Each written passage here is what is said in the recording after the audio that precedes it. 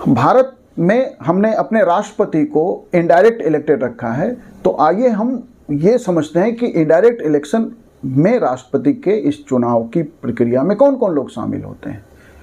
क्या जनता तो सीधे नहीं चुनती, तो फिर चुनते कौन है? तो राष्ट्रपति को जो है लोकसभा के इलेक्टेड एमपी, वैसे अब लोकसभा में सारे एमपी इलेक्टेड ही होते हैं, क्योंकि 2 नॉमिनेटेड एमपी जो होते थे एंग्लो इंडियन कम्युनिटी से, उस संवैधानिक प्रावधान को जो है 10 वर्षों के लिए लाया गया था और हर 10 वर्ष की समाप्ति पे अगले 10 वर्षों के लिए उसे एक्सटेंड कर दिया जाता था।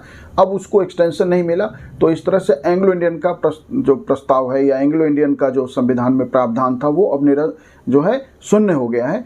तो अब लोकसभा में कोई भी मनोनीत सदस्य नहीं होते, तो लोकसभा में लोकसभा का जो प्रेजेंट स्ट्रेंथ है वर्तमान में, मैक्सिमम अधिकतम संख्या वो 543 है और इलेक्टेड भी 543 है, मतलब लोकसभा के वर्तमान में सारे सदस्य निर्वाचित होते हैं। राज्यसभा में जो है 233 मेंबर तो चुने जाते हैं और 12 मेंबर नॉमिनेट होते हैं। तो राष्ट्रपति के चुनाव में 12 जो नॉमिनेटेड राज्यसभा के एमपी हैं वो भाग नहीं लेते। तो 543 लोकसभा के एमपी, 233 राज्यसभा के एमपी, इस तरह से 776 एमएलएज ये से अलग एमपी भाग लेते हैं। और इनके साथ साथ जो है भारत के 28 स्टेट, जो हमारे देश में राज्यों की संख्या अभी वर्तमान में 28 है, जम्मू कश्मीर का स्टेटहुड विड्रॉ कर लिया गया और उसे केंद्र शासित प्रदेश में हमने बदल दिया। तो इस तरह राज्यों की संख्या 29 से घट के अब 28 हो गई। तो 28 स्टेट की जो विधानसभाएं हैं वहाँ के इलेक्टेड एमएलए, दिल्ली केंद्र शासित प्रदेश के इलेक्टेड एमएलए, पौंडीचेरी केंद्र शासित प्रदेश के इलेक्टेड एमएलए से मिलके एक इलेक्टोरल कॉलेज, एक निर्वाचक मंडल बनता है, जिस निर्वाचक मंडल में सभी 28 स्टेट के एमएलए, दिल्ली पौंडीचेरी के एमएलए और संसद के दोनों सदनों के सदस्यों से मिलकर एक निर्वाचक मंडल बनता है और ये निर्वाचक मंडल जो है राष्ट्रपति को चुनता है। अब आप सोचिए कि जब निर्वाचक मंडल राष्ट्रपति को चुनता है, एमएलएज की संख्या 4000 प्लस है और एमपी की संख्या सिर्फ 776 है। ऐसे में यदि दोनों मिलके चुनेंगे तो फिर तो एमएलए ही तय करेंगे, क्योंकि एमएलए की संख्या एमपी से कई गुना अधिक है, कि भारत का राष्ट्रपति कौन होगा। तो हमने इसके लिए संविधान में एक फॉर्मूला रखा है कि भारत के सभी राज्यों के एमएलए का जो वोट है वो राष्ट्रपति के चुनाव में कुल मत का 50% एमएलए के बीच है और 50% वोट एमपी शेयर करते हैं।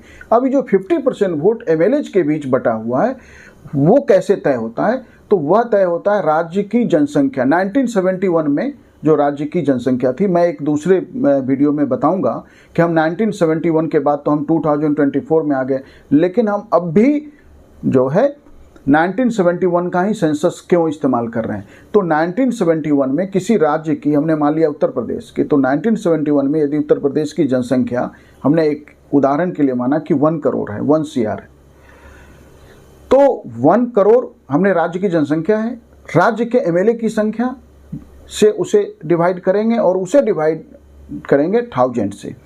तो राज्य की जनसंख्या डिवाइडेड बाई एमएलए का स्ट्रेंथ डिवाइडेड बाई 1000। इस तरह से राज्य के एमएलए का मत नहीं होता है बल्कि मत मूल्य निकाला जाता है।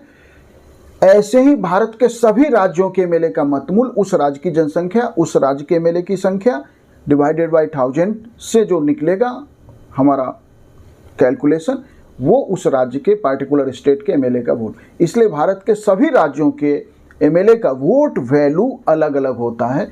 जैसे उत्तर प्रदेश की जनसंख्या सबसे अधिक है, इसलिए भारत में उत्तर प्रदेश के एमएलए का मत मूल्य उत्तराखंड जैसे बगल का एक स्टेट है उसकी तुलना में काफ़ी अधिक है।